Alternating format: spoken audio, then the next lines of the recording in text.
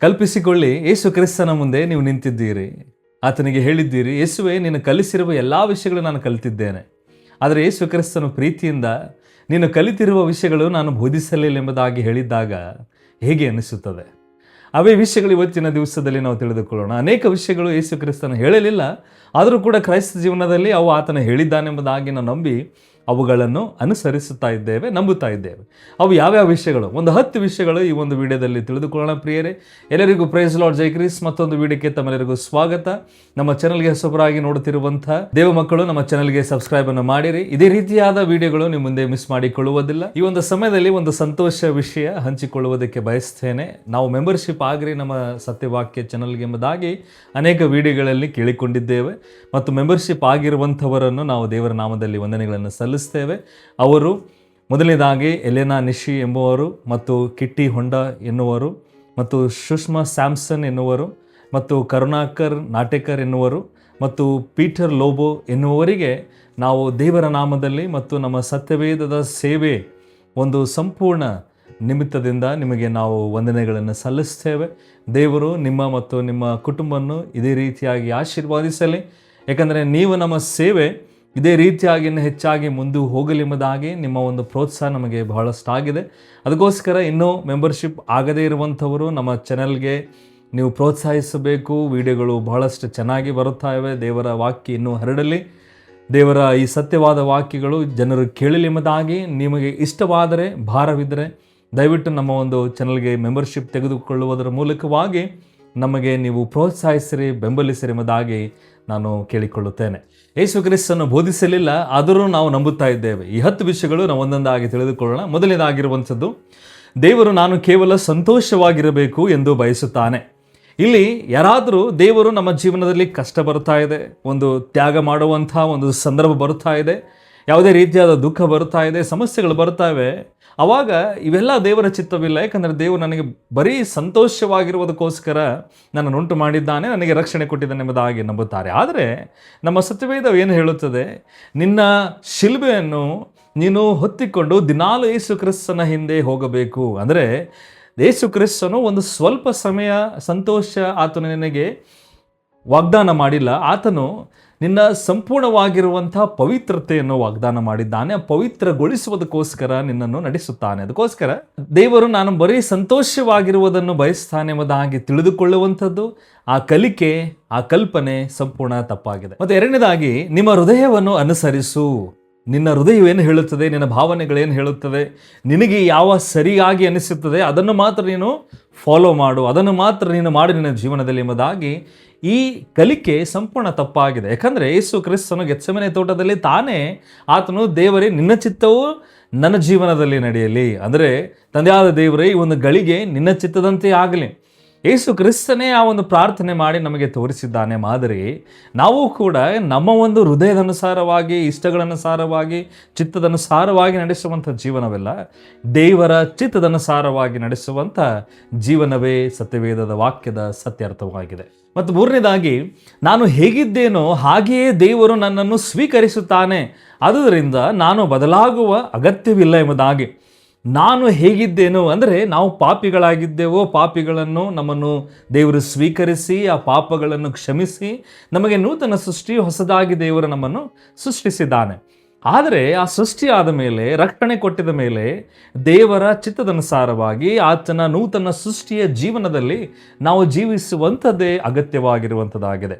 ನಾವು ಹೇಗೆ ಇದ್ದೇವೆ ಮೊದಲು ಪಾಪಗಳನ್ನು ಮಾಡುತ್ತಾ ಅದೇ ಪಾಪಗಳನ್ನು ಮಾಡುತ್ತಾ ನಾವು ಇರುತ್ತೇವೆ ಎಂಬುವ ಒಂದು ಕಲ್ಪನೆ, ಒಂದು ಅರ್ಥ ತಪ್ಪಾಗಿರುವಂಥದ್ದಾಗಿದೆ. ನಾವು ಕ್ರಿಸ್ತನಲ್ಲಿ ಬಂದಾಗ ನಮ್ಮನ್ನು ನಾವು ಕ್ರಿಸ್ತನಿಗೋಸ್ಕರ, ಕ್ರಿಸ್ತನ ಹಾಗೆ ಜೀವಿಸುವಂಥದ್ದೇ ಇದು ಸತ್ಯಾರ್ಥವಾಗಿದೆ. ಮತ್ತು ನಾಲ್ಕನೇದಾಗಿ, ಬಹಳ ವಿಶೇಷ, ಪ್ರೀತಿ ಎಲ್ಲವನ್ನೂ ಒಪ್ಪಿಕೊಳ್ಳುತ್ತದೆ. ಅಂದರೆ ಪ್ರೀತಿ ನೀನು ತಪ್ಪು ಮಾಡುತ್ತಿರುವಾಗಲೂ ಕೂಡ ಇರಲಿ, ತಪ್ಪು ಮಾಡಲಿ ಎಂಬುದಾಗಿ ಹೇಳಿಬಿಡಬೇಕು. ಪ್ರೀತಿ ಪಾಪ ಮಾಡುತ್ತಿರುವಾಗ ಪಾಪ ಮಾಡಲಿ ಎಂಬುದಾಗಿ ಎದುರಿಸಬಾರದೆಂಬುದಾಗಿ. ಪ್ರೀತಿ ದೇವರ ರಾಜ್ಯದ ಕುರಿತಾಗಿರುವಂಥ ಯಾವುದೇ ಒಂದು ತಪ್ಪು ಕಲ್ಪನೆ, ತಪ್ಪು ಅರ್ಥ ಪಡಿಸುತ್ತಿರುವಾಗ ಭಿನ್ನಾಭಿಪ್ರಾಯಗಳು ಕೂಡ ಹೇಳಬಾರದು. ಪ್ರೀತಿ ಯಾವುದೇ ರೀತಿಯಾದ ವಿಷಯಗಳು ಎದುರಿಸುವಂಥದ್ದಲ್ಲ ಎಂಬುದಾಗಿ ನಾವು ತಿಳಿದುಕೊಂಡಿದ್ದೇವೆ. ಅದು ಸಂಪೂರ್ಣ ತಪ್ಪಾಗಿದೆ. ಯಾಕಂದರೆ ನಾವು ನಾಶನ ಮಾರ್ಗದಲ್ಲಿ ಹೋಗುತ್ತಾ ಇದ್ದೇವೆ, ಒಂದು ತಪ್ಪನ್ನು ಅಪ್ಪಿಕೊಂಡಿದ್ದೇವೆ. ಆ ತಪ್ಪನ್ನು ಅಪ್ಪಿಕೊಂಡಿದ್ದಾಗ ತಪ್ಪಿನ ಸತ್ಯ ನಮಗೆ ಗೊತ್ತಾಗಬೇಕು. ಯೇಸು ಕ್ರಿಸ್ತನು ನೀನು ತಪ್ಪನ್ನು ಒಪ್ಪಿಕೊಂಡು ನಿನ್ನ ನಾಶದಲ್ಲಿ ಹೋಗುತ್ತಾ ಇದ್ದಿ, ನಿನ್ನ ನಾಶದಲ್ಲಿಯೇ ಹೋಗೆಂಬುದಾಗಿ ಎನ್ನುವಂಥ ಪ್ರೀತಿ ಆತನು ಮಾಡಲಿಲ್ಲ.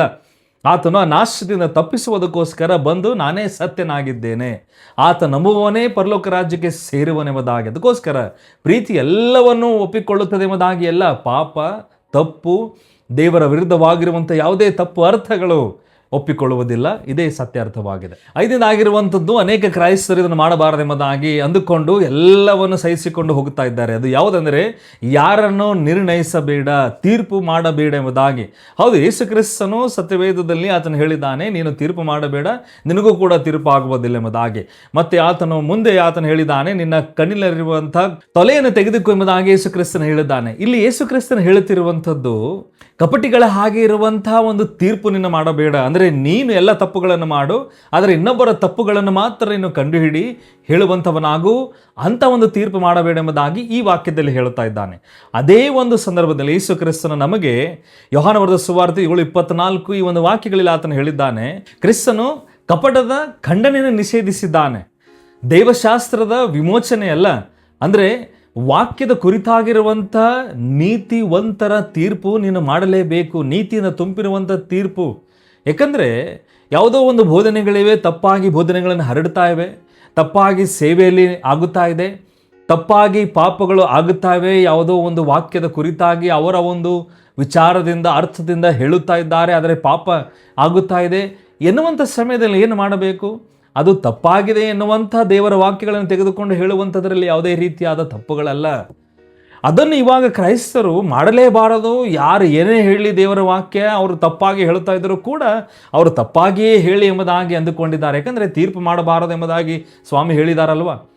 ಆದರೆ ಯೇಸು ಕ್ರಿಸ್ತನು ನೀನು ನೀತಿಯ ಕುರಿತಾಗಿರುವಂಥ, ನೀತಿಯಿಂದ ತುಂಬಿರುವಂಥ, ನೀನು ಸರಿ ತಪ್ಪು ವಿಮೋಚನೆಗೊಳ್ಳುವಂಥ ಆ ಒಂದು ಕೆಲವು ವಿಷಯಗಳು ನಿನ್ನ ಜನರಿಗೆ ತಿಳಿಸಲೇಬೇಕು. ಇದೇ ಸತ್ಯವಾಗಿದೆ. ಮತ್ತು ಆರನೇದಾಗಿರುವಂಥದ್ದು, ನನಗೆ ಸಾಕಷ್ಟು ನಂಬಿಕೆ ಇದ್ದರೆ ಜೀವನ ಸುಲಭವಾಗುತ್ತದೆ. ನನಗೆ ಬಹಳಷ್ಟು ನಂಬಿಕೆ ಬೇಕು, ಯಾಕಂದರೆ ನನ್ನ ಜೀವನ ಒಳ್ಳೆ ರೀತಿಯಿಂದ ನಾನು ಬಯಸಿರುವಂಥ ಎಲ್ಲ ವಿಷಯಗಳು ನನಗೆ ಸಿಗಲಿ. ಅದಕ್ಕೋಸ್ಕರ ನನಗೆ ಬಹಳಷ್ಟು ನಂಬಿಕೆ ಇರಬೇಕು. ನನಗೆ ಯಾವುದೇ ರೀತಿಯಾದ ಕಷ್ಟಗಳು ಬರುವುದಿಲ್ಲ, ನಂಬಿಕೆ ಇದ್ದರೆ ದುಃಖಗಳು ಬರುವುದಿಲ್ಲ, ಕಾಯಿಲೆಗಳು ಬರುವುದಿಲ್ಲ, ಸಂಪೂರ್ಣ ಆರೋಗ್ಯವಂತವರಾಗಿರುತ್ತೇನೆ ಎನ್ನುವಂಥ ಒಂದು ತಪ್ಪು ಕಲ್ಪನೆ ಅನೇಕ ಕ್ರೈಸ್ತರಲ್ಲಿದೆ. ಯಾಕಂದರೆ ಯೇಸು ಕ್ರಿಸ್ತನು ತನ್ನ ಶಿಷ್ಯರಿಗೆ ಯೋಹಾನ 16:33, ಮತ್ತಾಯ 10:16-22, ಲೂಕ 21:12-19 ಎಲ್ಲ ವಾಕ್ಯಗಳಲ್ಲಿ ತನ್ನ ಶಿಷ್ಯರಿಗೆ, ನಿಮಗೆ ಹಿಂಸೆ ಸಂಕಟಗಳು ಬರುತ್ತವೆ ನನ್ನ ನಿಮಿತ್ತವಾಗಿ, ಲೋಕದಲ್ಲಿ ನೀತಿ ನಿಮಿತ್ತವಾಗಿ ನಿಮಗೆ ಹಿಂಸೆಗಳು ಬರುತ್ತವೆ, ನನ್ನ ನಿಮಿತ್ತವಾಗಿ ನಿಮಗೆ ಕಷ್ಟಗಳು ಬರುತ್ತವೆ, ಸಂಕಟಗಳು ಬರುತ್ತವೆ, ನೀವು ಅವುಗಳನ್ನು ತಾಳಿಕೊಂಡು ದೇವರಿಗೆ ಮಹಿಮೆಯನ್ನು ಸಲ್ಲಿಸುವಂಥವರಾಗಿರಬೇಕೆಂಬುದಾಗಿ ಯೇಸು ಕ್ರಿಸ್ತನ ಆಗಲೇ ಹೇಳಿರುವಂಥ ವಾಕ್ಯವಾಗಿದೆ. ಅದಕ್ಕೋಸ್ಕರ ನನಗೆ ಸಾಕಷ್ಟು ನಂಬಿಕೆ ಇದ್ದರೆ ಎಲ್ಲವೂ ಸರಿಯಾಗುತ್ತದೆ, ಒಂದು ಸುಖಕರವಾದ ಜೀವನವನ್ನು ಜೀವಿಸ್ತೇನೆ ಎಂಬುದಾಗಿ ಎಲ್ಲ. ಯೇಸು ಕ್ರಿಸ್ತನ ಮಗನಾಗಿದ್ದಿ, ಮಗಳಾಗಿದ್ದಿ, ಕಷ್ಟ ಸಂಕಟಗಳು ನಿನ್ನ ಜೀವನದಲ್ಲಿ ಇದ್ದೇ ಇರುತ್ತವೆ, ಆದರೆ ಆತನು ನಿನ್ನ ಜೊತೆ ಯಾವಾಗಲೂ ಇದ್ದಿರುವಂಥವನಾಗಿದ್ದಾನೆ. ಇದೇ ಸತ್ಯ ಅರ್ಥವಾಗಿದೆ. ಮತ್ತು 7ನೇದಾಗಿ, ನನ್ನ ಕನಸುಗಳನ್ನು ನನಸಾಗಲು ದೇವರು ಅಸ್ತಿತ್ವದಲ್ಲಿದ್ದಾನೆ. ಅಂದರೆ ದೇವರು ಇದ್ದಾನೆ, ಯಾಕೆಂದರೆ ನನ್ನ ಕನಸುಗಳು ದೇವರು ನನಸ್ಸು ಮಾಡುವುದಕ್ಕೋಸ್ಕರ, ಅವೆಲ್ಲವನ್ನು ಪೂರ್ತಿಗೊಳ್ಳುವುದಕ್ಕೋಸ್ಕರವೇ ದೇವರಿದ್ದಾನೆ. ಮತ್ತೆ ಯಾಕೆ ದೇವರಿದ್ದಾನೆ ಎಂಬುದಾಗಿ ಅಂದುಕೊಳ್ಳುತ್ತೇವೆ. ಈ ಒಂದು ನಂಬಿಕೆಯಲ್ಲಿ ಅನೇಕ ಕ್ರೈಸ್ತರು ಏನು ಮಾಡುತ್ತಾರೆ, ದೇವರು ನಾವು ಹೇಗೆ ಇರಬೇಕೆಂಬುದಾಗಿ ಬಯಸ್ತಾ ಇದ್ದಾನೆ, ಹಾಗೆ ನಾವು ಇರಬೇಕೆಂಬುದಾಗಿ ಅಲ್ಲ, ನಾವು ಹೇಗೆ ಇರಬೇಕೋ ಹಾಗೆಯೇ ದೇವರು ನಮಗೆ ಎಲ್ಲ ವಿಷಯಗಳನ್ನು ಕೊಟ್ಟು ನಡೆಸಬೇಕು, ನಮ್ಮ ಇಷ್ಟದಂತೆ ನಡೆಯಬೇಕೆನ್ನುವಂಥ ಈ ಒಂದು ನಂಬಿಕೆಯಲ್ಲಿ ಬರುತ್ತಿರುವಂಥ ಅನೇಕ ಭಾವನೆಗಳು, ನಂಬಿಕೆಗಳಾಗಿರುತ್ತವೆ. ಅದಕ್ಕೋಸ್ಕರ ದೇವರ ವಾಕ್ಯ ಏನು ಹೇಳುತ್ತದೆ, ದೇವರ ಯೋಜನೆ ಚಿತ್ತದನುಸಾರವಾಗಿ ನೀನು ನಿನ್ನ ವೈಯಕ್ತಿಕವಾಗಿರುವಂಥ ಎಲ್ಲ ವಿಷಯಗಳನ್ನು ನೀನು ತ್ಯಜಿಸಿಬಿಡು, ತ್ಯಾಗ ಮಾಡು. ಅದಕ್ಕೋಸ್ಕರ ನನ್ನ ಹಿಂದೆ ಬರುವುದಕ್ಕೆ ಮನಸ್ಸಿದ್ದರೆ ಮೊದಲು ನಿನ್ನನ್ನು ನೀನು ನಿರಾಕರಿಸಿಕೊ ಎಂಬುದಾಗಿ ಯೇಸು ಸ್ವಾಮಿ ಹೇಳಿರುವಂಥ ವಾಕ್ಯ.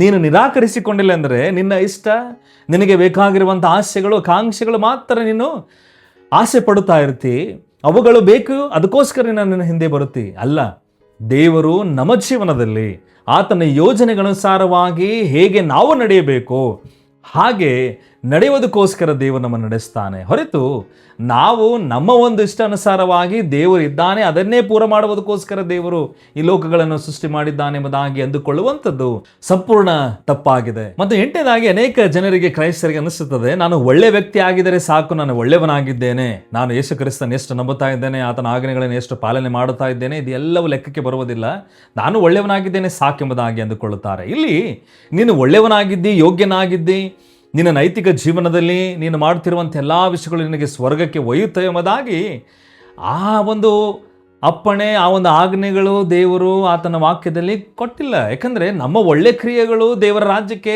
ಸೇರಿಸುವಂಥದ್ದಲ್ಲ. ಯೇಸು ಕ್ರಿಸ್ತನನ್ನು ನಂಬಿ ಆತನ ಆಜ್ಞೆಗಳನ್ನು ಕೈಕೊಂಡು ನಡೆಯುವಂಥದ್ದೇ ನಮಗೆ ಪರಲೋಕ ರಾಜ್ಯಕ್ಕೆ ಒಯ್ಯುವಂಥದ್ದಾಗಿದೆ. ಅದಕ್ಕೋಸ್ಕರ ಯೇಸು ಕ್ರಿಸ್ತನು ಹೇಳಿದ್ದಾನೆ, ನಾನೇ ಮಾರ್ಗ, ಸತ್ಯ, ಜೀವವೂ ಆಗಿದ್ದೇನೆ, ನಾನು ನಂಬುವವನು ಮಾತ್ರ ಪರಲೋಕ ರಾಜ್ಯಕ್ಕೆ ಬರುವವನು. ಹೊರತು ನೀನು ಎಷ್ಟೇ ಒಳ್ಳೆ ಕಾರ್ಯಗಳನ್ನು ಮಾಡಿ ನನ್ನ ನಂಬದೇ, ನನ್ನ ಆಜ್ಞೆಗಳನ್ನು ಕೈಕೊಂಡು ನಡೆಯದೇ ಇರುವಂಥವನು ನೀನು ಪರಲೋಕ ರಾಜ್ಯಕ್ಕೆ ಬರುವುದಕ್ಕೆ ಹೇಗೆ ಸಾಧ್ಯ? ಅದಕ್ಕೋಸ್ಕರ ಯೇಸು ಕ್ರಿಸ್ತನ ನಂಬಿಕೆ ನಿಮಗೆ ಆತನ ರಾಜ್ಯಕ್ಕೆ ಸೇರಿಸುವಂಥದ್ದಾಗಿದೆ. ಮತ್ತು 9ನೇದಾಗಿ, ನಿಮಗೆ ಯಾವುದು ಸರಿ ಅನಿಸುತ್ತದೋ ಅದೇ ಸತ್ಯ. ಅನೇಕ ಕ್ರೈಸ್ತರು ಹೇಳಿಕೊಳ್ಳುತ್ತಾ ಇದ್ದಾರೆ, ನಾವು ಯಾವುದು ಸರಿ ಹೇಳುತ್ತೇವೋ ಅದೇ ಸತ್ಯವಾಗಿದೆ ಎಂಬುದಾಗಿ. ಇವಾಗ ಈ ಒಂದು ಸ್ಥಳದಲ್ಲಿ ನಿನಗೆ ಇದು ಮಾತು ಸರಿ ಅನಿಸುತ್ತದೆ, ಇನ್ನೊಂದು ಸ್ಥಳದಲ್ಲಿ ಇನ್ನೊಂದು ಸಮಾಜದವರಿಗೆ ಅದು ಇನ್ನೊಂದು ಸರಿಯಾಗಿ ಅನಿಸುತ್ತದೆ. ಅವರಿಗೆ ಸರಿ ಅನಿಸಿದ್ದು ನಿನಗೆ ತಪ್ಪಾಗಿ ಅನಿಸಬಹುದು, ನಿನಗೆ ಸರಿ ಅನಿಸಿದ್ದನ್ನು ಅವರಿಗೆ ತಪ್ಪಾಗಿ ಅನಿಸಬಹುದು. ಅದಕ್ಕೋಸ್ಕರ ನಿಮಗೆ ಏನು ಸತ್ಯವಾಗಿ ಅನಿಸುತ್ತದೋ ಅದನ್ನೇ ನೀವು ಪಾಲನೆ ಮಾಡಬೇಕೆನ್ನುವಂಥದ್ದು ಸಂಪೂರ್ಣ ತಪ್ಪಾಗಿದೆ. ಯಾಕಂದರೆ ಯೇಸು ಕ್ರಿಸ್ತನು ನಾನೇ ಸತ್ಯವಾಗಿದ್ದೇನೆ ಎಂಬುದಾಗಿ ಆತನು ಹೇಳಿದ್ದಾನೆ. ನಾನೇ ಜೀವವು, ಮಾರ್ಗವು, ಸತ್ಯವಾಗಿದ್ದೇನೆ. ಆತನು ಸತ್ಯ, ಕೊಟ್ಟಿರುವಂಥ ವಾಕ್ಯ ಸತ್ಯ. ಆ ವಾಕ್ಯಗಳ ಅನುಸಾರವಾಗಿ ಆ ವಾಕ್ಯದಲ್ಲಿ ಯಾವ ಪಾಪಗಳು, ಯಾವ ತಪ್ಪುಗಳು, ಯಾವ ಕಾರ್ಯಗಳು ದೇವರಿಗೆ ಮಹಿಮೆ ಸಲ್ಲಿಸುತ್ತವೆ, ಯಾವ ವಿಷಯಗಳು ದೇವರು ಬಯಸ್ತಾನೆ ನಾವು ಮಾಡುವುದಕ್ಕೆ, ಅವುಗಳನ್ನು ಮಾಡುವಂಥ ಮೂಲಕವಾಗಿಯೇ ದೇವರು ಮಹಿಮೆ ಹೊಂದಿಕೊಳ್ಳುತ್ತಾನೆ. ಅದನ್ನೇ ನೀನು ಮಾಡಬೇಕೆಂಬುದಾಗಿ. ಸತ್ಯವು ನಮ್ಮ ಅಭಿಪ್ರಾಯಗಳಿಂದ ಬರುವಂಥದ್ದಲ್ಲ, ಸೃಷ್ಟಿಯಾಗುವಂಥದ್ದಲ್ಲ.